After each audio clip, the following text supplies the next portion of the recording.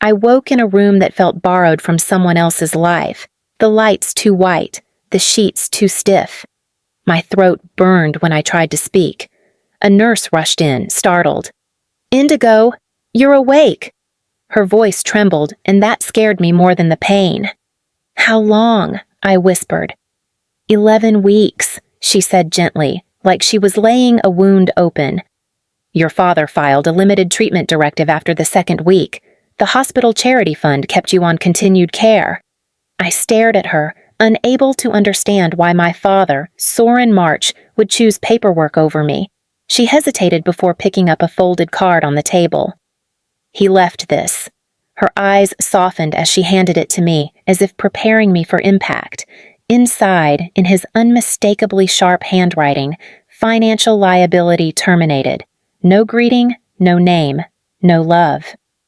Just a final calculation. My pulse fluttered with disbelief. "No one came?" She shook her head. "Your stepmother cleared your penthouse. Your brother took your office. They told the staff. They were moving on."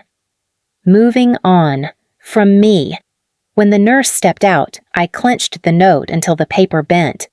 I felt hollow, but not dead, and somewhere beneath the shock was something older and sharper, something I inherited from my mother, Dr. Thalia Crane, the refusal to disappear. Footsteps approached, measured, purposeful.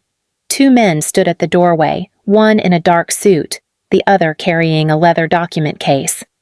"Indigo," the first said softly. "I am Callum Reese, your mother's attorney." "And I," the second added, "am Arlo Caspian. I am here because your family made a mistake they cannot undo." Their presence steadied me, but also ignited something fierce. "If you are still with me, keep listening. People like my family count on silence, and every voice that stays helps make sure stories like mine do not vanish." Callum stepped closer, his tone careful. "Indigo, your father has already filed a petition declaring you unfit to return to work." My breath tightened. "He filed that while I was unconscious?" "He filed it during week 3, Arlo said. "Your brother Zane is listed as your temporary successor. Your office was reassigned within 48 hours. The words hit harder than any injury. The nurse returned briefly with medication, pausing when she saw the 2 men. "Just so you know," she murmured to me, "your family told the staff not to expect you back. They said you would not recover." Callum's jaw flexed. "They acted as if you were already gone." I steadied myself on the bed rail. "Why are you here now?" Callum exchanged a look with Arlo.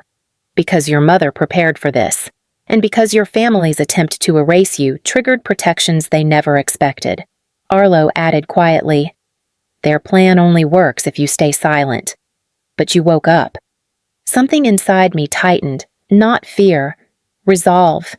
Callum unfolded a thin binder, its edges worn from years of being handled carefully. "Before she passed, your mother created a revocable trust. It becomes irrevocable under one condition: your abandonment during medical incapacity." Arlo leaned in. "Your father's directive triggered it, 11 weeks ago." I gripped the blanket. "What exactly did she leave?" Callum spoke with deliberate calm. "Founder-class shares, patent rights, a private archive, and voting authority your father never knew she kept." He paused. "Valued at approximately $1,470,000,000. Arlo added, "And the archive is not symbolic. It documents how Martian aerodynamics was built, her work and yours." A tremor ran through me. "I never claimed anything." "That is precisely why she protected you," Callum said. He opened a small tablet and played a video. My mother sat at her old drafting table, thinner than I remembered, but her eyes bright. "Indigo," she said softly, "if Callum is showing you this, then Soren has crossed the line I feared. Do not let them take what you built, what we built." My chest tightened, breath catching against a wave of grief I had locked away for years. Callum lowered the tablet. "She stored the full archive in a private unit. We can retrieve it once you are discharged." Arlo's gaze sharpened. Your family believes they erased you. What they actually did was activate your mother's final design. The note from my father still lay in my hand, its cruelty stark against my skin. For the first time since waking, something inside me lifted, thin, fragile, but real. A beginning. Callum waited until the nurse closed the door before speaking again. There is more you need to see, Indigo. Arlo slid a set of printed documents onto my lap. These came from a probate filing your father submitted in week 3. The heading alone made my stomach twist. Neurological stability assessment, permanent impairment. I never saw that doctor, I whispered. You did not, Callum replied. The evaluator listed here is a private contractor who has worked with your father before. He signed off on a declaration that you would remain cognitively impaired for life. Arlo tapped the second page. This is what he used to strip you from the corporate succession plan. Heat rose along my spine. And Zane benefits. Immediately, Arlo said. Within 48 hours, Soren reassigned all your active projects to him. He also approved a new restricted stock grant. Millions transferred without board review. Callum added, your father then modified the quarterly report submitted to federal regulators. He marked you as a non-viable asset due to medical instability. That is a federal offense. A pulse of anger pushed through my ribs. He told the world I was broken. Arlo leaned closer, eyes sharp. He told the world what he needed them to believe, but every fabricated line becomes evidence now. I looked down at the fraudulent report, the clean black ink declaring a future someone else had written for me. For the first time since waking, the fear inside me shifted, thinning into something colder. They tried to bury me in paperwork, and now the paperwork would bury them. I had barely finished reading the last forged line when another knock sounded. A tall, broad-shouldered man stepped in, uniform pressed, but eyes tired. Indigo, he said quietly. It is Victor Lang. I remembered him, head of security at Marchion, the man who stood in corners and noticed everything. He held a small black notebook in his hand, edges frayed. I kept this, he said, offering it to me. For 11 years, Arlo straightened. What kind of record is that? Victor's voice stayed low. Every night you came in after hours, every project you worked on alone, every time Zane presented your results as his own. He hesitated. I wrote it down because no one else would. My fingers tightened around the notebook. Why bring it now? Because your father told us you would never wake, Victor said. And because the night of your crash, I saw Porsche's black sedan tailing you onto the interstate. Callum's expression darkened. You are certain? Victor nodded. I logged the plates. I keep logs of everything. I felt the room tilt for a moment, not from weakness, but from the weight of truth finally finding me. Victor stepped back. Your mother deserved witnesses. So do you. 2 days later, I stepped into the private suite Arlo had secured on the top floor of the Four Seasons Seattle. The moment the door shut behind me, Callum spread documents across a long table, and Victor positioned himself by the window like a silent sentinel. Arlo gestured to the screens he had set up. Everything we pulled from your mother's archive is here. Every file your father altered. Every project he reassigned to Zane. Callum added, and every forged signature tied to the probate filing. It is enough to trigger federal review. I steadied myself against the table. Show me what they stole. Arlo tapped a key, and line after line of my work filled the monitors. Simulation engines, fault tolerance models, the full Ascension flight architecture, each one stamped with Zane's name. Victor spoke quietly. This is what you built. Alone. Anger rose, sharp and controlled. This is what my mother trusted them with. Callum slid a final folder toward me. The board does not know any of this. But they have suspected the discrepancies for years. If you walk into Las Vegas with this timeline, they will listen. Arlo leaned closer. Your father thinks he already owns the narrative. What he forgets is that evidence speaks louder than legacy. I closed the folder. The decision settled inside me like iron. We take this to the summit, I said. No one argued. The Las Vegas Convention Center hummed beneath the crush of thousands. But all that noise thinned the moment I stepped through the security gate. Victor walked beside me, his badge clipped prominently to his chest. Arlo and Callum followed, carrying the case that held everything my mother left behind. A guard raised a hand. "Ms. March, I have instructions." Victor's voice cut clean through the air. "Her access is authorized under Crane Founder privilege. Step aside." The guard hesitated only a second before moving. The shift in power was subtle, but it steadied me. Inside the main hall, screens looped promotional clips of Martian aerodynamics. My face was nowhere. Zane's face was everywhere. Portia spotted me first. Her smile collapsed, the stem of her champagne flute snapping between her fingers. "Indigo," she breathed, horror crawling across her expression.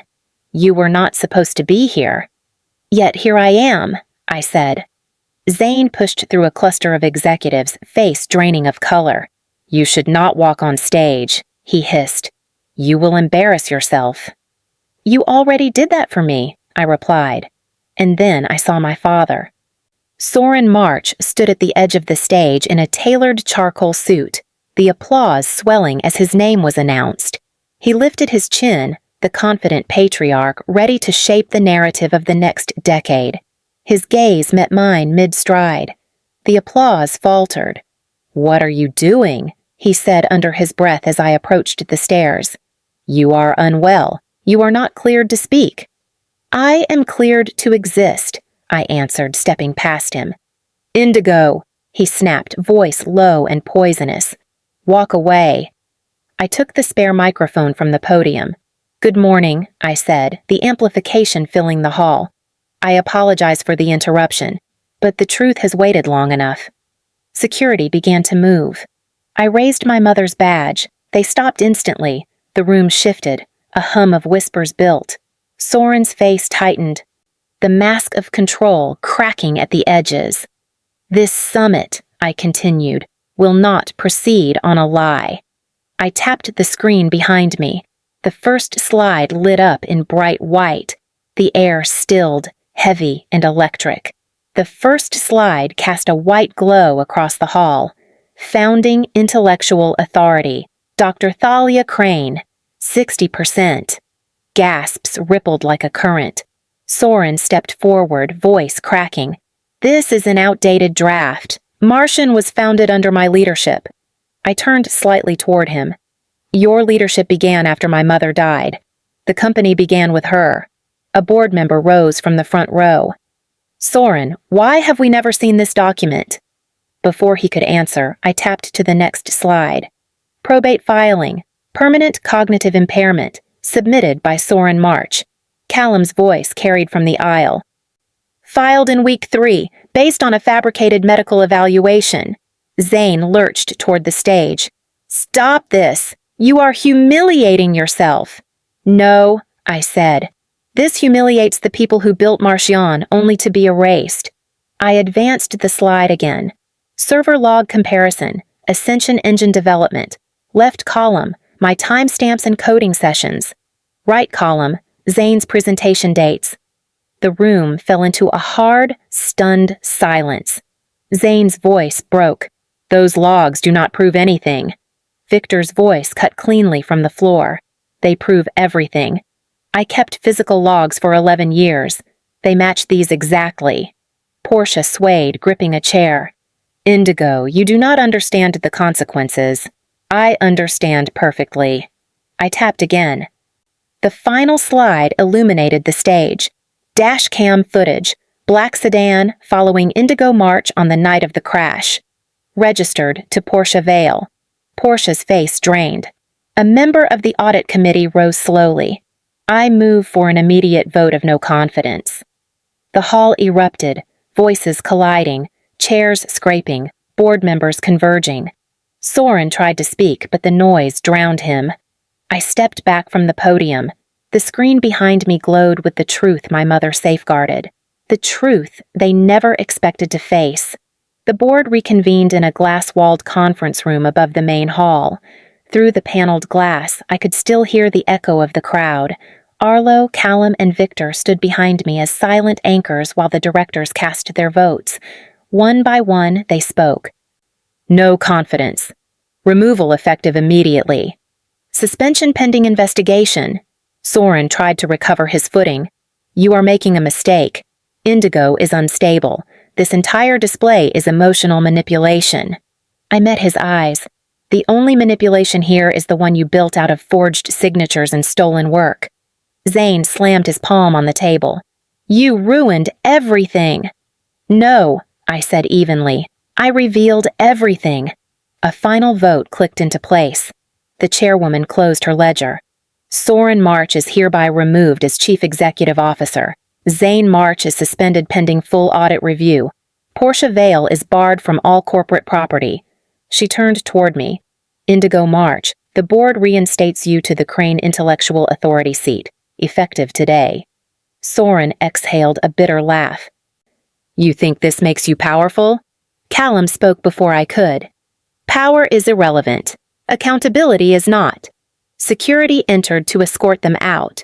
Soren's glare held no authority anymore. Only the shock of someone who discovered the world had moved on without him. The boardroom emptied slowly, leaving only the faint hum of the monitors and the echo of the decision that ended a dynasty. I stood at the head of the table, the seat once claimed by my mother, Dr. Thalia Crane, finally restored. Zane lingered in the doorway, eyes red, voice cracking. You are taking everything from me. I shook my head. I am giving you something my father never gave me, a beginning. You start in data analytics on Monday. Learn the work before you claim the legacy. He swallowed hard, then stepped aside as Victor approached. Indigo, Victor said quietly. Your mother would be proud. So would yours, I replied. Thank you for recording what everyone else ignored. Callum placed a folder in front of me. The trust's first disbursement is ready. You can begin whatever initiative you choose. I opened it, feeling the weight of a future my mother built with her last strength. We start the Thalia Crane Foundation for Ethical Engineering. No more silenced voices, no more erased work. Arlo smiled faintly. Then we begin today. I walked to the glass wall overlooking the lights of Las Vegas, breathing for what felt like the first time since waking. If you are still with me, keep listening to stories like this one, stories of voices nearly erased but not forgotten. Your presence here matters more than you know.